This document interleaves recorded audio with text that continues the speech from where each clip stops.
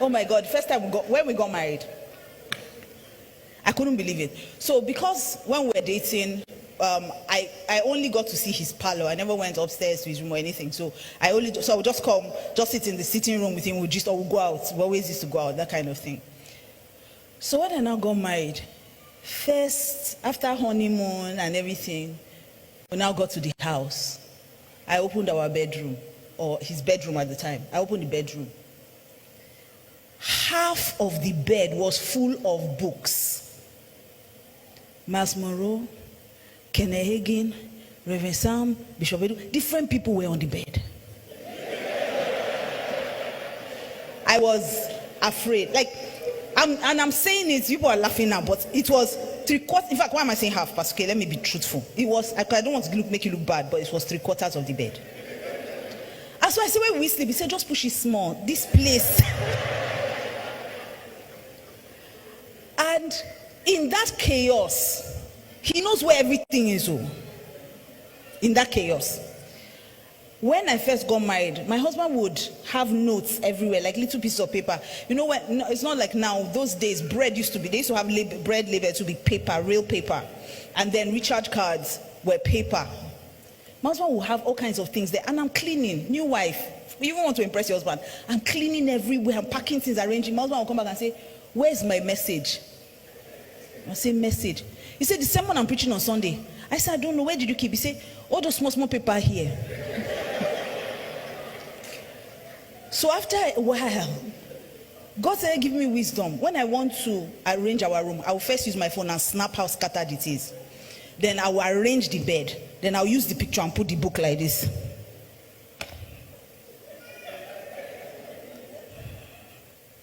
As in, I will have to scatter it again. Do you understand? That's how scattered he was. When we now started living together, he started adjusting. In fact, when we said that, I was borderline OCD when we met. Like if I'm in a room and you shift something, I will know. If I walk into my room, it's arranged, and I walk in, I will know that you have shifted something. I will just know that something is out of place here. But after 17 years, I'm glad to announce to you that I'm just as scattered as he is.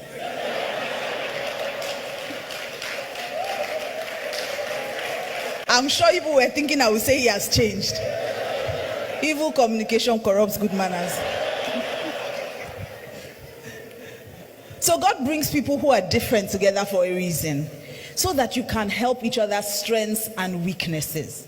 So over the years, I wish I could tell that his weakness, but over the years, I found that because we understand the power of synergy, working together, it has helped us move faster, farther together.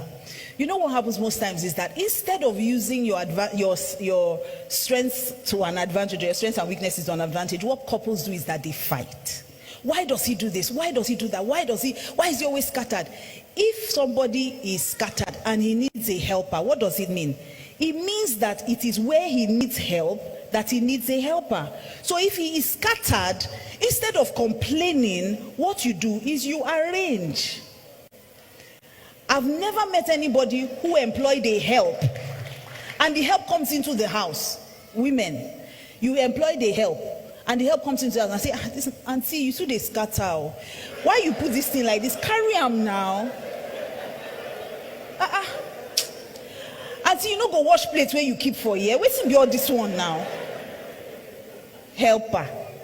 The whole point to getting a helper is that the person gives you help.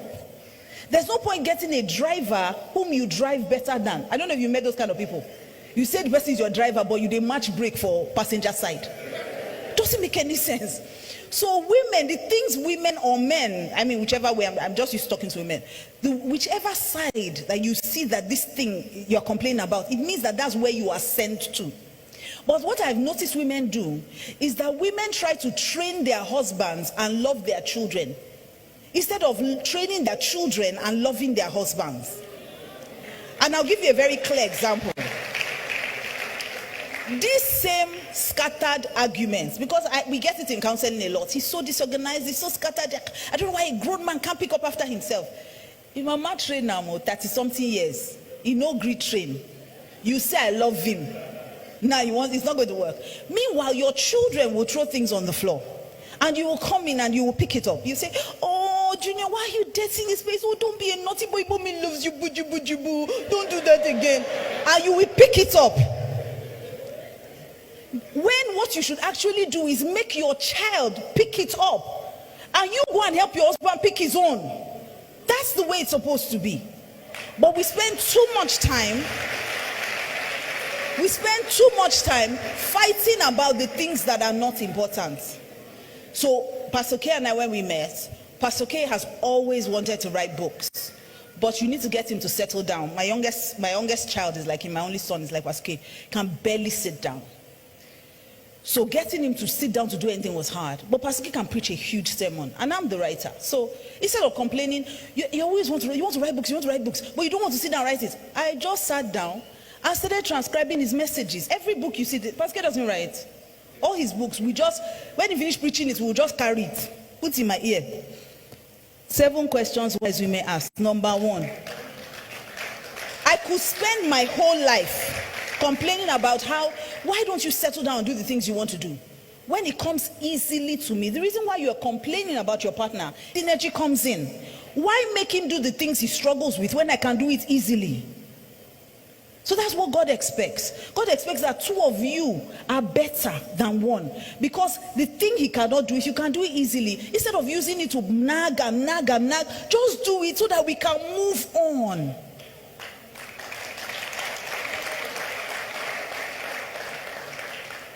So understand that, like Pastor K explained, the first stage is attraction, then the second stage is frustration, the third stage is where you start to exchange.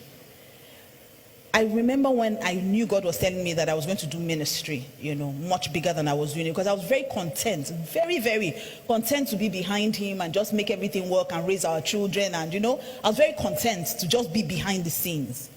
But one day, Pastor K just said to me, you're too powerful to be behind me. No, you have to be beside me. Now, the first time I planned a women's conference, we announced the women's conference and everything. So my heart was beating.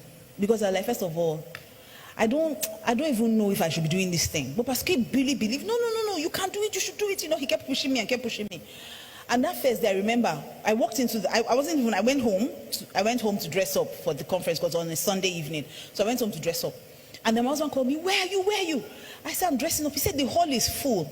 I said, the hall can't be full. Because when I was even leaving, I was telling them, the people that were arranging the chairs, I said, give me space so I'm not with Pastor K. Give her space so that if the hall is not full, people won't know. Just give it space.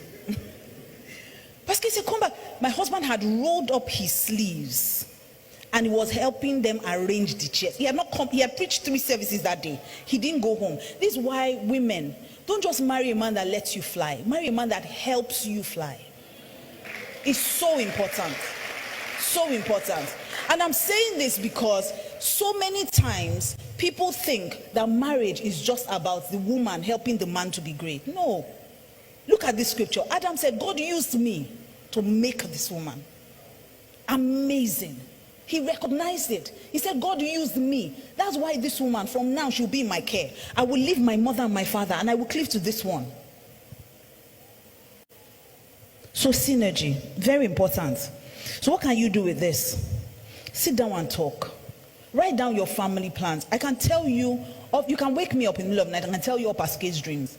I can tell you how many trainers he wants, how many marriage counselors he wants to train by 2023. I can tell you how many books he wants to write this year. I can tell you how much money he wants to save this year in different currencies. I can tell you because we talk. Sit down, talk. Make resolutions as a family. Don't just expect marriage to work. Work your marriage. Work your marriage. Sit down and have conversations.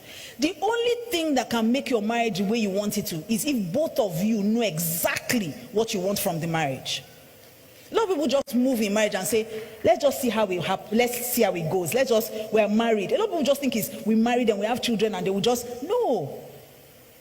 There's something both of you were brought together to achieve. Sit down and have those conversations. There's a way you want your marriage to work. Sit down and have those conversations. We had serious conversations when we got married, and that's what's guiding us till now. First year of marriage. I'm the kind of person that when I'm upset about something, I sulk. I don't talk about it. I wouldn't internalize and try to deal with it, and have a plan, either to revenge or forgive. So I would, in the past, that's how I would be. And so when I got married, I can't, to be honest, it must have been nothing, because I also used to be petty. So I'm not even sure what it was my husband did or did not do. Can't even remember, to just show you how unimportant it was. But what I did was, I would start carrying, so what I would do is I would start frowning. If my husband does something, I won't say what it is. I won't even say I'm upset. I won't say, I'll just be carrying my face. How many people know carry face? I'll just be carrying my face. You say, honey, are you okay? Yes. What's wrong with you? Nothing. I will now pass, slam door. You say, are you okay? Yes, now. Is there any reason why I shouldn't be okay? You say, are you sure nothing happened? Like what? I'm okay. They will ask you a million times, what's wrong with you? Nothing. And so I'll be quiet, I'm carrying my face. And I noticed that in those seasons when I'm doing that, my husband will wake up in the morning and be praying in tongues. Worship very loud early in the morning. I did this in the first day, second day. By the third day, I couldn't bear it again. Because, it's not like, you're keeping malice, but you're not keeping malice. You will serve him his food, but you are not really, you are greeting him, but you are not really greeting him.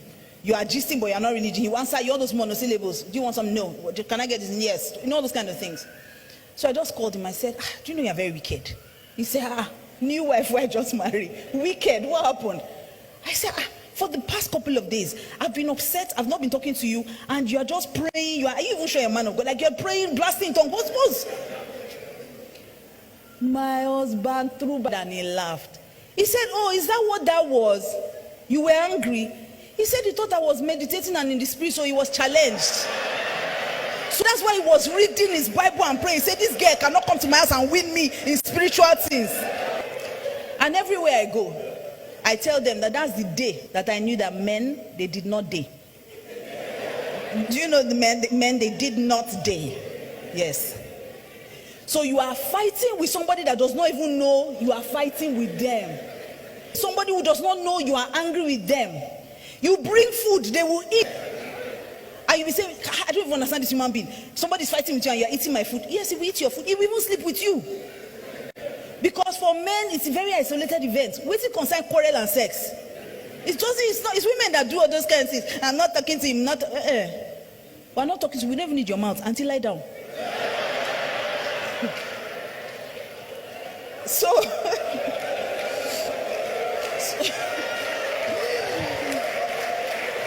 we're going to survive in this marriage. We're going to have some conversations and we're going to have some resolutions. So we sat down and had a meeting.